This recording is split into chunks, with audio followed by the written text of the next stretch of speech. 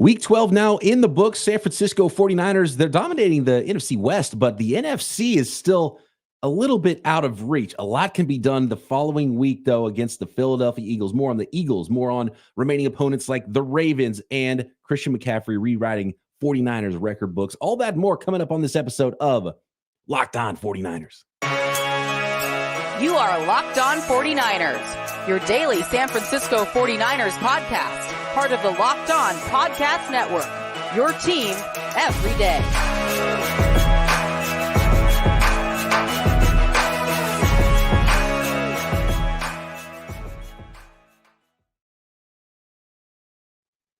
Welcome to Locked On 49ers. Brian Peacock and Eric Crocker at BD Peacock at Eric_Crocker. Thanks everybody for making us your first listen right here on the Locked On Podcast Network, your team every day. Big shout out to all the everydayers.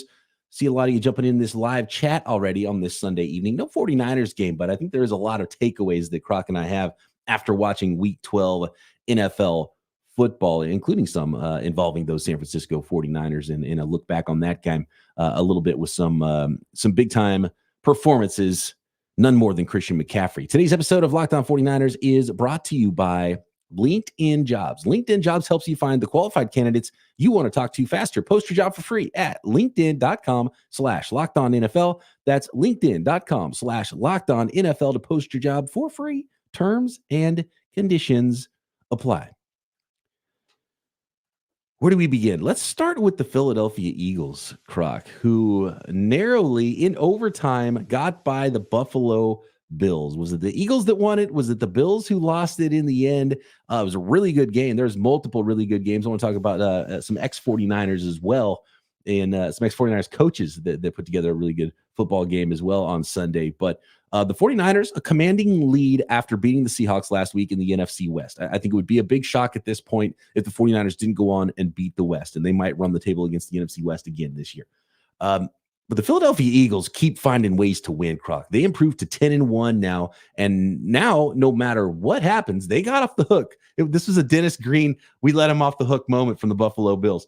The 49ers would have had an opportunity to take that one seed from the Philadelphia Eagles and tie their records in the NFC next week by beating those Eagles, and both teams being 9-3. But that can't happen now. The Eagles are 10-1 going into week 13 when they host the 49ers. The 49ers are 8-3 now coming into this matchup. But the Eagles, Croc, just have this unbelievable ability to play not amazing in the first half and then go win the game in the second half. They've done it, I think, 4 or 5 straight weeks. They've done it multiple times this year. They're not a first half team, but they're finishers. And I talked a little bit about this on local radio, talking about the Philadelphia Eagles with FP Santangelo on KMBR and before this week. And I said, it's hard to tell, but I really do think it's a feature and not a bug for the Eagles that they're able to win these close games. It's not a fluke that they keep winning these close games, but they're also not putting together dominant performances start to finish for 4 quarters for 60 minutes like the 49ers have in most of their wins. So it's interesting watching the 49ers and watching the Eagles because almost all of their wins have come differently. So these two teams play a different brand of football, even though they're both physical. They can both throw the ball. They can both run the ball. They can both play defense. They can both win up front.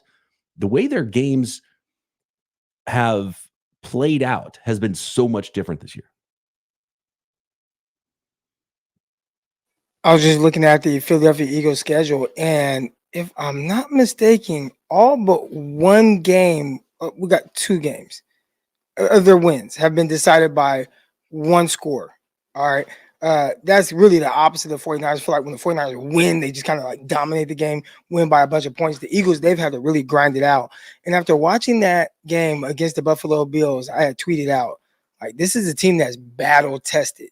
And you talked about them winning in multiple ways, right? Just kind of figuring it out. And that was part of my tweet as well. Like the Eagles, they just figure out how to win. They're behind arc. I've had questions about the 49ers, not their ability to blow teams out. You have kind of made a statement, kind of half joking, but not joking, saying 49ers are like the ultimate like front running team. And in more games than not, they are front running and just running away with games. But in those tough, grinded out moments, how do you play and how do you respond to that? And you watch Philly down multiple scores in the game. And it's just like, you know what? We haven't been good all day. Defense isn't playing that great. They gave up, 31 points. Don't worry, we will figure it out. Whether it's a forced interception, a fumble, you got the weather, you got all these different things, and they still grinded out a victory. Oh, got to kick a 59-yard field goal to go into overtime. Like everything that they had to do, they just figured out a way to win. And I think that is probably the scariest kind of team that you can play against. I agree. Yeah. And I think they're built in a way that they're going to win a lot of those close games for a reason. And we saw the Patriots do it for like 20 years, right? In the chat, hold on, where is it? The boss in the chat says, let's go Chargers, looking bad. Herbert worse than Purdy, to be honest. I don't know if I want to put that on Herbert. I don't think we can put all the Chargers losses on Herbert. And I'm pretty sure there's going to be a coach firing happening, and maybe it's happening within the next hour. Who knows? So let us know if that happens while we're live on this podcast. But without with running the risk, Croc, of getting some folks mad at us about Brock Purdy, I think we have to talk about how Jalen Hurts is playing as well. And if there was an MVP vote today after 12 weeks of the season, I think the top 3 contenders would all be quarterbacks. I think it would be Mahomes. I think it would be Jalen Hurts. I think it would be Brock Purdy. I don't know if Brock Purdy would win it, but he should be up there. But Jalen Hurts has played awesome in those fourth quarters of games when they're winning all of these football games. And he was great again in this one and ended up throwing 3 touchdown passes and making big throws. And they were making big plays on offense to come back in this football game. And of course, sealing it with a rushing touchdown. He leads the league in touchdowns when you consider how many passing and rushing touchdowns he's accumulated this year.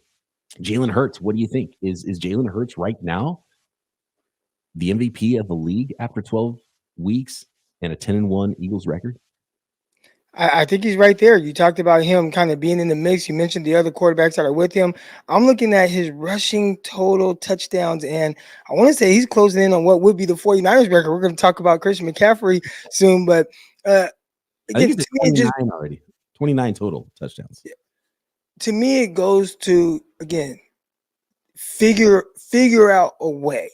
And when you watch him run into the end zone in those last seconds, he was just like, I'm going to put the team on my back with these elements, everything that we're going through. He made big throws when he had to and knocked off a Buffalo team that I think people think is like a down year, but they actually like played kind of good. They play like good football.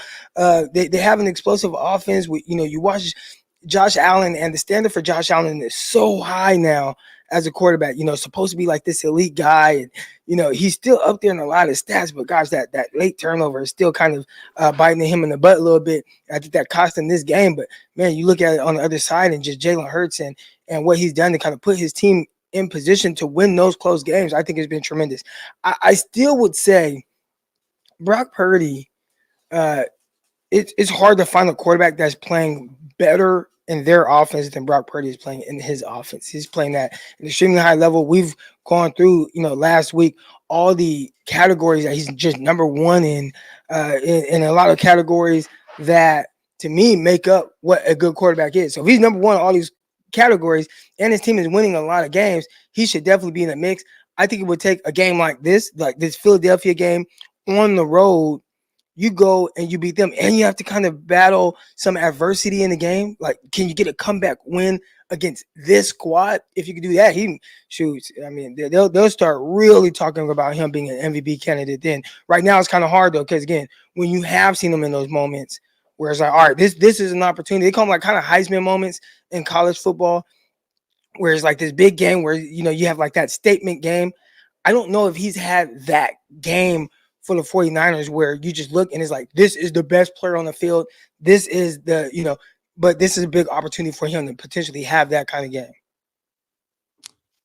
And I don't want to spend too much of this podcast talking about the Eagles, because we're going to talk about the Eagles a lot this week leading up to week 13. But looks like potentially, according to the chat, might be rain in the forecast again next Sunday for the 49ers in Philly. And both of the quarterbacks on that rainy field, Jalen Hurts and Josh Allen didn't seem like they had much of a problem at all throwing a wet football and throwing a football in the rain. And Brock Purdy didn't look great throwing a wet football a few weeks ago in Cleveland. So that's another wrinkle to this one as well. So we'll keep tabs on the forecast for sure. Did you see how many passes Josh Allen threw? What was it, like 51 passes in the rain? And he led the team in rushing too, 81 yards, 2 rushing touchdowns. Yeah. I mean, that's a huge weapon that both those teams have with their quarterbacks that can go be a short yardage back and put the ball in the end zone running the football. They both had 2 rushing touchdowns in that game. I mean, that's a massive weapon. Dang, 29 of 51 passing, 339, 2 touchdowns, did have a pick. And they had it too. And it really rained too. Like it wasn't just a drizzle. Like it rained all game long. All right, I want to talk LA, Arizona, because that happened in the West as well. As 49ers obviously beat the Seattle Seahawks soundly 31-13 on Thursday. I'm talking about the Baltimore Ravens coming up on the schedule. Christian McCaffrey and a couple of cornerbacks, Luter and Womack, on the field for the 49ers. They could impact the rest of this season as well. Next.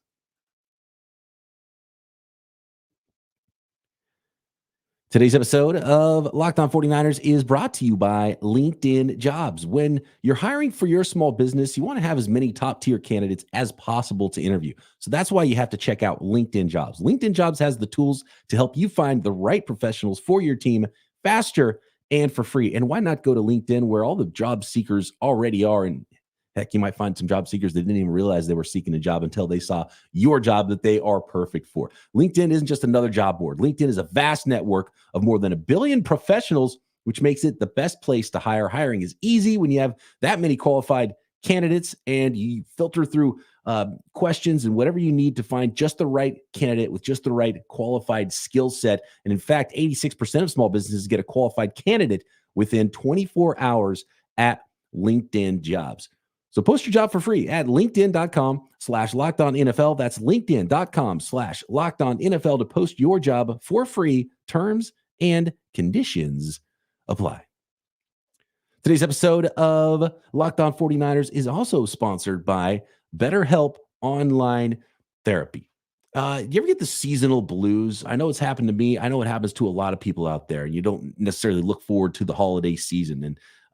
And you know, maybe it's the type of a situation that's it's a little bit more difficult for you to deal with than a lot of other people that have all these fond memories and great things happening. It might not be the same for you. This time of year can be a lot for some folks, and it's natural to feel some sadness or anxiety about it. But adding something new or positive to your life can counteract some of those feelings, and that's where therapy can come in. It can be a bright spot amid all the stress and change, something to look forward to make you feel grounded and give you the tools to manage everything going on whenever season it might be.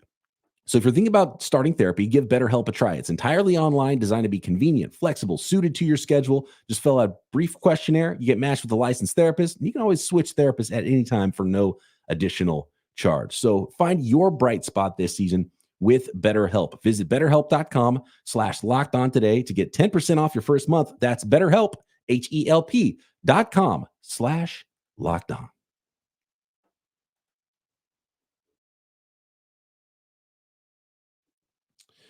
Okay, Croc. Not as important, I think, as oddly enough some outside the division opponents. But there was an NFC West football game. Niners beat the Seattle Seahawks, and the Los Angeles Rams did the same to the Arizona Cardinals, 37-14. They put up tons of points, except for my fantasy guys, Puka Nacua and Cooper Kupp, weren't among the ones that were featured a lot in that football game. They were running the ball a lot, and Stafford did throw 4 touchdowns, none of them to Puka or Kupp. So my fantasy season's going in the tank, much like the Arizona Cardinals season is right now. 5-6 Rams, they're not really in the hunt, but it's good news that Caleb Williams is not going to stay in LA and play for the Rams. And so I kind of like that. Need to see Arizona Cardinals maybe win a game or two, just to make sure that, you know, you don't end up with the next Patrick Mahomes in your division. I think that would be bad news for the 49ers. So you always got to check in with what those division opponents are doing, even if they're not nipping on your heels for the NFC West crown. But how about those Baltimore Ravens in the night game defeating the Los Angeles Chargers 20-10? And that Baltimore Ravens defense, man, looks scary. I mean, they will hit you. They're physical. They're fast. 9-3 now, Baltimore Ravens defeating the 4-7 Los Angeles Chargers. And the Baltimore Ravens are coming up. The Niners got some big games still to come on the schedule. Watching Philadelphia and kind of, get my mind ready to see, what does this team look like? How the 49ers match up with them. And then you watch the nightcap with the Baltimore Ravens against the Chargers. And I walked away a little bit more scared of the Baltimore Ravens. Like, that defense is fast and physical. They are attacking. They are arriving with bad intentions. This is really going to remind me a lot of, if you guys kind of go back, I want to say it was 2011 Thanksgiving. You had the 49ers against Baltimore. Obviously, the 49ers on the wrong end of that game, but just how physical both of those teams were. Like, that 2011 49ers defense, offense, how they wanted to win. That Baltimore team still had Ray Lewis playing at a high level, how they wanted to win.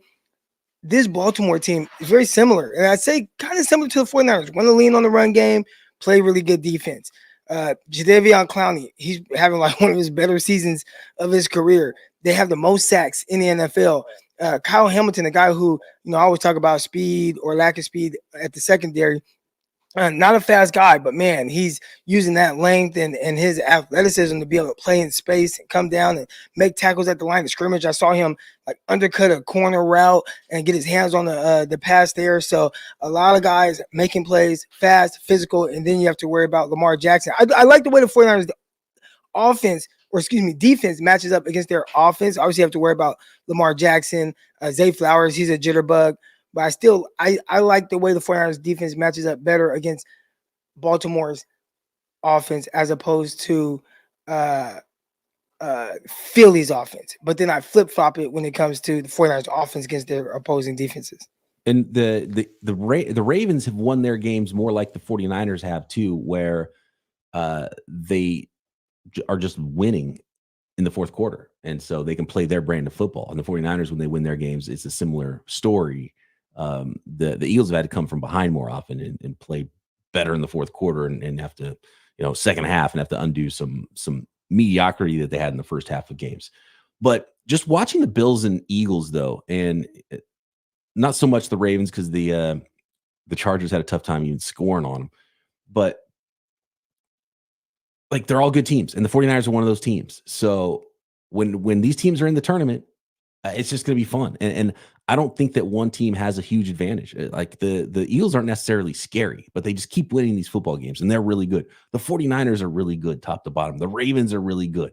The Buffalo Bills can put up points on anybody. And when Josh Allen is hot, that's going to be tough to defend. We've seen what Josh Allen did to the 49ers a couple seasons ago.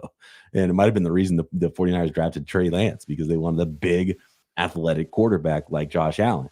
And and of course the Chiefs, but the Chiefs, we saw the Chiefs play last week. Neither one of those teams looked super scary either. It's the worst group of receiving weapons that Patrick Mahomes has had, but their offensive line's playing well, their defense is playing well. All these teams can beat all these teams. It's just who's going to play better when you have a one game playoff, basically, right? In the playoffs, there's not a series, it's one game, so you got to be good that day because whichever team's good is going to win those games because they can all beat each other, I think. So I just had to take a peek at the 49ers, the forecast, not the weather, but just the odds, right? The line, 49ers versus Eagles, 49ers on the road. 49ers are favored by a point right now. So that just lets you know, because it's hard to watch the 49ers, and when they're on, it's like, man, are they the best team in the NFL? Right? But you just can't let a team like Philly punch you in the mouth, and then that's when it's like, well, how the 49ers going to respond to that? But they just come out and they just start to rolling. I mean, we know 49ers can do this. Some teams, even I don't care if it's Philadelphia Eagles, like they get to rolling early in that game. It is a game. I don't care if they're on the road, like it can kind of get out of hand. But 49ers favored by a point to Philadelphia, a team with one loss, and they're relatively healthy. It's not like they played in this game and they lost Swift, their running back, or they lost A.J. Brown and Devontae Smith, or they lost their quarterback. They have all their players. They got the corners. I saw Slay out there. See Bradbury. So I don't even know why the 49ers are favored, but I kind of like it. So that means that if they're playing in Santa Clara, the Niners would be favored by like 4 points, or would open 4.5 point favorites. And that doesn't seem right. One thing, though, there's a factor in this is Vegas is trying to make money, and they have to counteract where the money's coming in. And the 49ers just are being bet heavy. The 49ers, after that 3-game losing streak, I was like, oh, let's go on FanDuel, see what kind of odds we get. And they were still the 3rd favorite team to win the Super Bowl. It was like 6-1 odds. And it was like, wait, what? They should have dropped a little bit after this. Like, the money's still coming in on the 49ers. So I think there's actually a little extra juice on the 49ers every single week because, I think 49ers fans come correct. And I just think there's a lot of money on the 49ers, and it skews what the line maybe should be. Because I do feel like the line should probably favor the Eagles that are 10-1 in their house coming into the game. So I'm a little surprised to hear that the 49ers open is 1.5 point favorites. Yeah. I said in the chat, someone said that Jalen Hurts has been hobbled since the Jets game. And you could definitely tell, like, with him running, he's not like dynamic. Well, first of all, he's never been like fast. He's not like a Lamar Jackson type runner, right? Remember, Trey Lance. A lot of people talk about, Trey Lance doesn't look all that fast. Like, Hurts is kind of that same, but he's a really good runner. Like, he understands just how to maneuver. He's strong at the contact point. Like, he does those things well. When he makes up his mind to run, he does a really good job. But he's never been a guy that just runs away from defenders. Like, that's not his strength.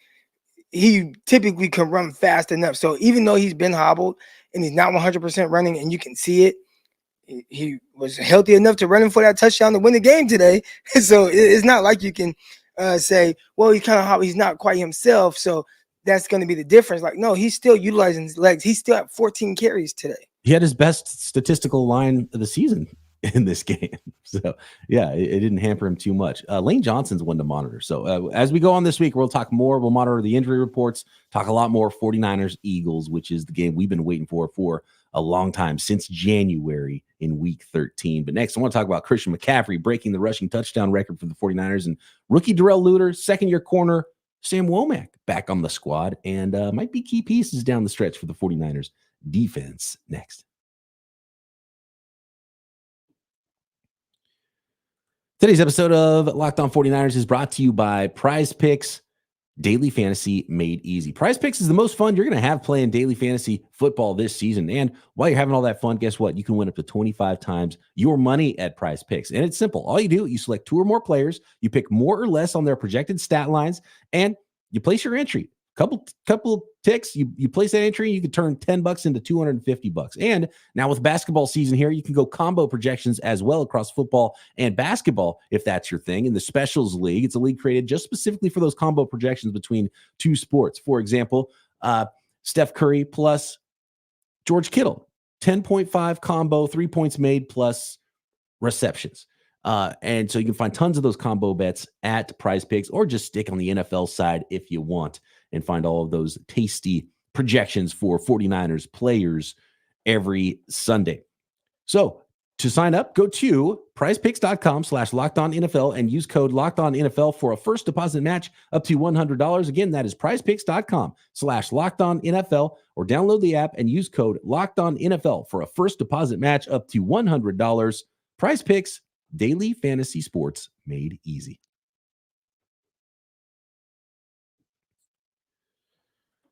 So Christian McCaffrey, this is something that I don't know if I missed it during the telecast, but when we were talking about the game, when we went live post-game, Croc, we weren't talking about Christian McCaffrey breaking the 49ers single season rushing touchdown record. And he did it in only 12 weeks, which is probably why it's so surprising that he was already at that point. But the surprising thing to me wasn't that Christian McCaffrey broke it, because it was kind of like, oh yeah, he'll probably break that kind of record if he stays healthy all season. He didn't need to stay healthy all season. It was 12 weeks. But the fact that it was only 10 rushing touchdowns was the 49ers record. Frank Gore and Roger Craig, and you had the $1 million backfield way back in the 50s and the 60s. And 10 touchdowns was the most rushing touchdowns that had ever happened in 49ers history. In fact, one of those guys was back in 1995. Derek Lavelle was one of the guys that was tied for those 10 rushing touchdowns. So I was kind of shocked by how low the number was, with a lot of great players, some Hall of Famers in 49ers history. And back in the day when all they did was run the football practically. And so congrats to Christian McCaffrey, 11 rushing touchdowns, now is number one in a season in 49ers history. And when you look at the guys that had done 10 in the past, Frank Gore was one. He did it in 2009. Derek Lavelle did it in 1995. A couple years before that, Ricky Watters did it in 93. Then you got to go all the way back to 1961, Billy Kilmer, 59, J.D. Smith, and in 1953, Joe Perry. All those guys, it was a six-way tie for 10 rushing touchdowns in a season, and Frank Gore did it in 14 games. Christian McCaffrey did it in 11 games. Pretty unbelievable. So congrats to McCaffrey. Did you see, by the way, the photos that his wife posted on social media and video of Christian McCaffrey and how beat up he is, and he's just bruised all over and he's bloody, and there's like blood stains in their bed from his injuries on the football field? It's just like probably something you didn't have to go to the bed to show us all the blood stains, but like this dude's like getting used so much. But he's unbelievable, and he's putting up crazy stats right now for the 49ers, and that's just talking about his rushing stats and not counting what he's doing as a receiver as well, because he's gonna break. He might not break Jerry's record, but he might. He's already got the record for all like total running back touchdowns as well, not just rushing, but rushing plus receiving. I never thought of 49ers rushing touchdown record. And I definitely haven't thought about Derek Lavelle being one of the guys that is tied for that record. I haven't heard that name. What was he, number 20 for the 49ers? I haven't heard that name in I don't know how long. And I didn't even think it was back to 95, but I guess that makes sense because Hurst came shortly after that. He wore number 20. So but Waters was only around for a couple seasons, which is really weird. But Waters was around in 95, wasn't he? Or did he leave 95 to go to Seattle? Yeah, he left. I think he left right after the Super Bowl season, because that was the first year after the Super Bowl, and Derek Lavelle became the top back. Wow. Maybe okay. He got hurt, and then he left after 95. Either way, 10 touchdowns for a running back, like for any good running back, seems pretty standard. Like most running backs hit that number. So the fact that the 49ers, who have had so many terrific running backs throughout the years, you obviously, like I just mentioned, Garrison Hurst, like he was really good for the 49ers.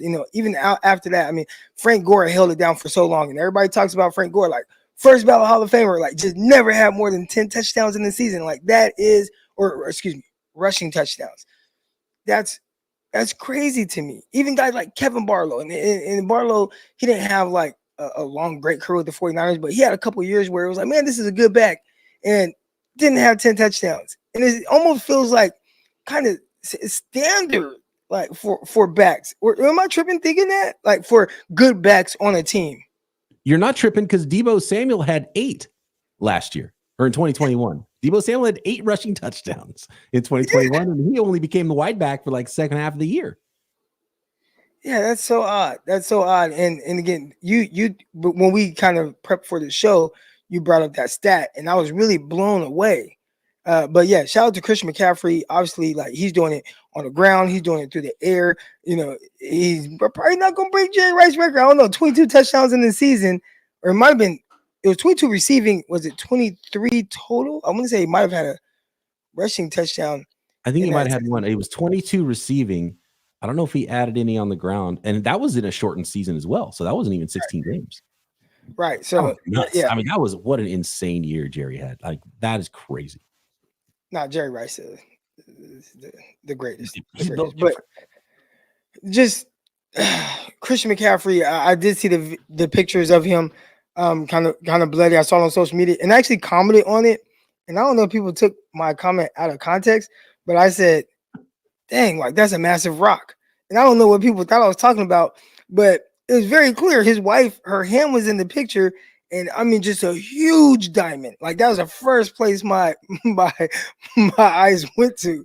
And I don't know, I guess it didn't come off too well to a lot of people. They were like, wait a minute, Croc, what are you talking about? Like I even put a ring emoji on there where, because you can see the ring, but massive rock and massive bruises and blood stains on the sheets and everything from Christian McCaffrey, which I think that part is a little bit more standard for especially running backs, man. Those guys take a beating. They take a beating. Oh, no doubt. Absolutely. How about Darrell Luter? Seeing number 28 on the field. He looked long. He looked fast. And he had a really big play earlier in that game, running down on kick coverage and saving a touchdown because of that speed. I don't know how much defense he's going to play. I haven't noticed him on the field on defense yet. I don't have the official snaps in front of me. I don't think he's gotten on the field yet on the defensive side of the ball, but he's been active a couple games. He's been on special teams. They're going to need more special teamers because of George Odom going down. And I just like, you just want to see the scouting report. You want to see the college scouting report. And it's really easy to see the height, weight, speed in Darrell Luter just in one special teams play. Yeah, that was a terrific job running down a returner from the back. And one thing that was very clear, that knee seems to be healthy, right? Like that was the thing that kind of hampered him, kept him out this entire time. I would like to see them, and I talked about it a little bit, when you had Dante Johnson and Rashard Robinson. They kind of worked the Keller Witherspoon in. He was inactive for a while. Then they gave him some snaps here and there. And I would like to see them with some of these young guys just get his feet wet a little bit. Let's see him get a couple reps. Let's see him get 3 plays on defense just to kind of gauge the speed of the game, and then see if you can start kind of maybe giving him a role. And then eventually next year, like, you have more of an understanding of what his strengths are, what his weaknesses are, and maybe how you have to attack the offseason. Because right now, if you ask me, I would say, obviously offensive tackle, obviously edge rusher, but definitely cornerback as well is something where, I would want to kind of prioritize in the offseason. But if you're able to kind of see where a guy like Luter, or even like Womack, which we've seen Womack in active games, but a guy like Luter and what it looks like, is this a guy that just has potential to play? Kind of like you go back some years ago when you had Keller Witherspoon, Richard Sherman, there was like an injured Verrett. There also was this guy by the name of Emmanuel Mosley. And the 49ers did not go out and get guys because they knew Mosley, we really like this kid. He's versatile. He could play inside. He could play outside. Like, they knew a lot of what Mosley could potentially be. So they never put the resources into the cornerback position I think most fans wanted them to do. Can Luter kind of be that guy where you have an idea of, man, you know what? We don't have to draft anybody high. We got this guy Luter that we really like, but the only way you're going to really know that is if you can see him live in some kind of action during the season. Yeah, and they went edge rusher at the trade deadline and Chase Young, and they didn't pull off one of those deals for a cornerback. And this is sort of their deadline trade additions is Darrell Luter, the rookie, who's tall and fast. We know that now. And Sam Womack getting back in there, and he made a nice play on a punt and downing it inside the 5-yard line. So Womack and Luter, I have a feeling they're going to see some time, and they're going to have a role, and they're going to be part of this story in the 2023 season, even though we hadn't hardly seen them all year until now. While we're talking about corners, the interception by Ambry Thomas, he did that from a bail. He was kind of like a bail on top of the route. Man, he flipped those hips, got downhill real quick, all hands type catch. That was a tremendous play. Like, I didn't see it live. I mean, I saw the interception live, but I didn't see exactly how he did it. I just knew he kind of jumped a route.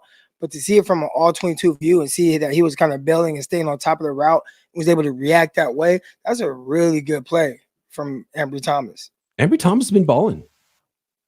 He's been balling. I thought he was going to have a target on his back, and maybe just nonstop throwing at number 20. And it's kind of similar to what we saw with Diamador Lenore, right? Stumbled a little bit last year, and then all of a sudden he started making people pay for throwing at him. So good on Ambry Thomas for not being a disaster, because that's what was kind of the worry. It's like, oh man, we got to go to Ambry Thomas. I don't even know what you're going to get with that guy right now, and he's been good. You got some big dog receivers you got to go up against this week with A.J. Brown and Devontae Smith. Obviously, he's small, but he plays big. I always thought Devontae Smith, just a tremendous receiver, contorts his body in a bunch of different ways to be able to make plays on the ball. Leading receiver today for the Philadelphia Eagles, came through in clutch situations in the rain.